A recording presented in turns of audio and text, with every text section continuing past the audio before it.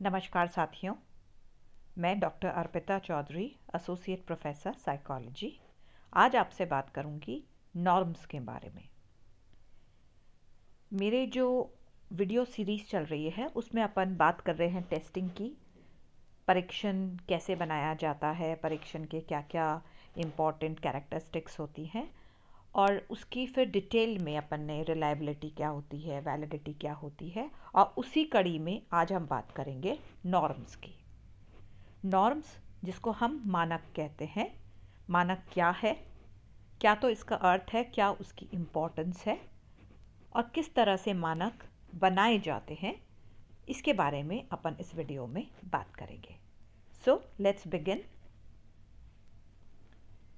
देखिए, नॉर्म्स जो वर्ड है नॉर्मल से आया है, सामान्य। तो नॉर्म का मतलब होता है एवरेज और टिपिकल स्कोर। जिस टेस्ट की हम बात कर रहे हैं उस टेस्ट में एक जो स्पेसिफाइड पॉपुलेशन है, स्पेसिफाइड पॉपुलेशन का मतलब जो टारगेट ग्रुप था जिसके ऊपर आपने चेक किया उस टेस्ट को, उसकी एवरेज जो है, उसका जो स्कोर है वो नॉर्म कहलाता है। अब इसका मतलब क्या हुआ? देखिए, अगर इसको अपन आसान शब्दों में समझें तो आपको याद होगा, जब आप टेस्ट करते हो, कोई भी परीक्षण करते हैं, आप इंटेलिजेंस टेस्ट करते हैं, आपने पर्सनालिटी टेस्ट किया, ठीक है। जब आपने टेस्ट किया था तो आपके जो सब्जेक्ट के प्राप्तांक होते हैं उनको आप चेक करते हो कि हाई है, लो है।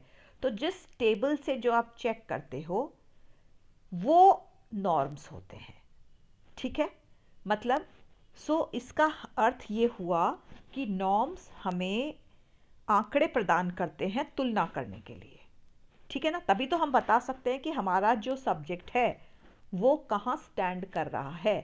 तो जो नॉर्म्स के अंदर हम जो नॉर्म्स जिसके ऊपर तैयार किए गए हैं, तो वहाँ पे नॉर्मल पॉपुलेशन, एवरेज पॉपुलेशन, उसका स्कोर जो होता है वो नॉर्मल के अंदर आएगा। उससे अधिक होता है वो हाई में आता है, उससे और अधिक है वेरी हाई भी होता है। तो हम ये देखते हैं कि उसमें जो कैटेगरीज होती हैं जिसके आधार पर हम जो टेस्टी है उसकी परफॉर्मेंस को कंपेयर करते हैं, तो वो नॉर्म्स होते हैं, मानक कहलाते हैं।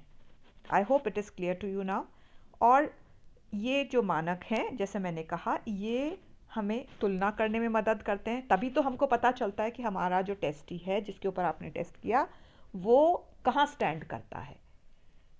सपोज इंटेलिजेंस के अंदर है तो उसकी इंटेलिजेंस का स्तर क्या है, उच्च है, निम्न है, तो हम उस टेबल में देखकर बताते हैं। तो एक तो हमें तुलना करने में मदद करता है, और दूसरा नॉर्म्स ही वो चीज़ है जिसके आधार पर हम व्याख्या करते हैं, हमारे जो प्राप्तांक हैं उसकी व्याख्या करते हैं। तभी तो हम कहेंगे ना कि अदरवाइज उसका उस स्कोर, उन अंकों का कोई अर्थ नहीं है। हम नॉर्म्स के आधार पर हम ये बताते हैं ये नॉर्मल से ऊपर है, ये नॉर्मल से कम है। सो हमें हमारे जो परिणामों को व्याख्या करने में भी नॉर्म्स ही मदद करते हैं। सो शॉर्ट में हम ये कह सकते हैं कि नॉर्म्स अगर ना हो तो टेस्ट का उद्देश्य ही अधूरा रह जाता है। ये नॉर्म्स क्या होते हैं, उनकी क्या इंपॉर्टेंस है? They provide data for comparison, वो इंटरप्रिटेशन या व्याख्या करने में मदद करते हैं। और जैसा मैंने कहा कि इसी के आधार पर हमारी जो उद्देश्य की पूर्ति होती है। अगर नॉर्म्स नहीं होंगे तो हम जैसे मैंने कहा, अगर हमें एग्जाम्पल दिया, आपको इंटेलिजेंस चेक करना है, तो नॉर्म्स नहीं होंगे तो हमें क्या पता चलेगा कि उसकी इंटेलिजेंस हाई है, लो है, वेरी हाई है, जीनियस है, मेंटली रिटार्डेड है, कहाँ वो स्टैंड कर रहा है, ठीक है। So I hope it is clear norms क्या होते हैं और उनका महत्व क्या है, ठीक है। अब हम बात करेंगे स्टेप्स इन डेवलपिंग नॉर्म्स, कि मानक को तैयार कैसे किया जाता है, ठीक है। देखिए, जब आपको याद हो तो मैंने जो टेस्ट कंस्ट्रक्शन का जो वीडियो बनाया था कि हम टेस्ट कैसे बनाते हैं, परीक्षण का निर्माण कैसे किया जाता है, वहाँ पर मैंने आपको बोला था कि हम उसको पायलट स्टडी करते हैं। तो जैसे 300 लोगों पे या 100 लोगों पे, तो जिससे हम चेक उसकी रिलायबिलिटी निकालते हैं, वैलिडिटी निकालते हैं, वहीं पे हम नॉर्म्स भी वही वो जो पॉपुलेशन जो टारगेट ग्रुप है जिसके लिए टेस्ट बनाया गया, वो उसके ऊपर ही नॉर्म्स तैयार किए जाते हैं। तो सबसे पहली चीज़ नॉर्म्स तैयार करने में होती है डिफाइनिंग द टारगेट पॉपुलेशन। मतलब आपने जिन लोगों के लिए, किस टारगेट ग्रुप के लिए उस टेस्ट का निर्माण किया है, जो भविष्य में उसका इस्तेमाल कर सकते हैं। ठीक है, सपोज आपने युवाओं के लिए किया है तो आपको नॉर्म्स युवाओं पे बनाने पड़ेंगे। अब युवा हैं तो युवा में शहरी भी होंगे, ग्रामीण प्रवेश के भी होंगे, आपके पब्लिक स्कूल्स के भी होंगे, प्राइवेट स्कूल्स के भी होंगे, लड़कियां भी होंगे, लड़के भी होंगे। ठीक है, और गांवों के, मेट्रोस के सारे।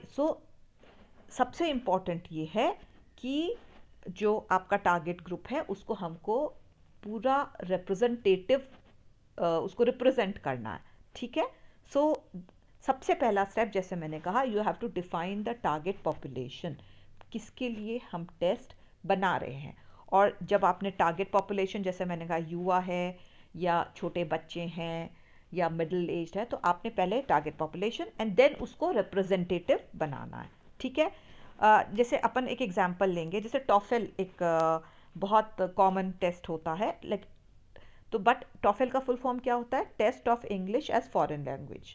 तो अब ये जो टेस्ट है ये उन लोगों के लिए है जिनकी मातृभाषा अंग्रेजी नहीं है, लेकिन सपोज जो अमेरिका जाके पढ़ना चाहता है तो उसको टॉफल देना पड़ेगा, क्योंकि वहाँ क्या होता है, जैसे क्योंकि जो स्टडी मीडियम होता है सारा इंग्लिश में होता है, या आप और कहीं बाहर विदेश में जाके पढ़ना चाहते हैं तो वहाँ पे इंग्लिश लैंग्वेज का इस्तेमाल होता है। अब चूंकि आपकी मातृभाषा इंग्लिश नहीं है, लेकिन तो फिर वो आपका एक इंग्लिश का टेस्ट लेते हैं, तो ये टॉफल है। अब तो जो बाहर जाके पढ़ना चाहता है, अब मान लीजिए कोई पीएचडी, अब पीएचडी वाला बच्चा काय को टॉफल देगा? नहीं ना, टॉफल एग्ज़ाम वही देगा जिसको बाहर जाके पढ़ना है। ठीक है, तो इस तरह से हम नॉर्म्स बनाते हैं। ठीक है, ना दूसरा step is selecting the sample. आपने टारगेट पॉपुलेशन को डिफाइन कर दिया, then you select the sample. Sample कैसे लोगे? जैसे मैंने अभी पहले भी कहा था, रिप्रेजेंटेटिव, प्रतिनिधित्व करने वाला होना चाहिए। और प्रतिनिधित्व का मतलब क्रॉस सेक्शनल, उस पूरे वर्ग का प्रतिनिधित्व करे। जैसे मैंने अभी आपको एग्जांपल दिया युवा, तो युवा में सिर्फ लड़के नहीं आते, लड़कियां नहीं आती, खाली शहरी भी नहीं आते, ग्रामीण भी नहीं आते, तो सारा it should cover the total population of युवा, यूथ। समझ में आ गया? तो इस तरह से फिर हम सैंपल लेते हैं, और सैंपल भी बड़ा लेना चाहिए। अगर हमारे पास समय है तो जितने ज़्यादा लोग हम लेंगे उतना अच्छा होता है। ठीक है, तीसरी important cheese, standardising the conditions.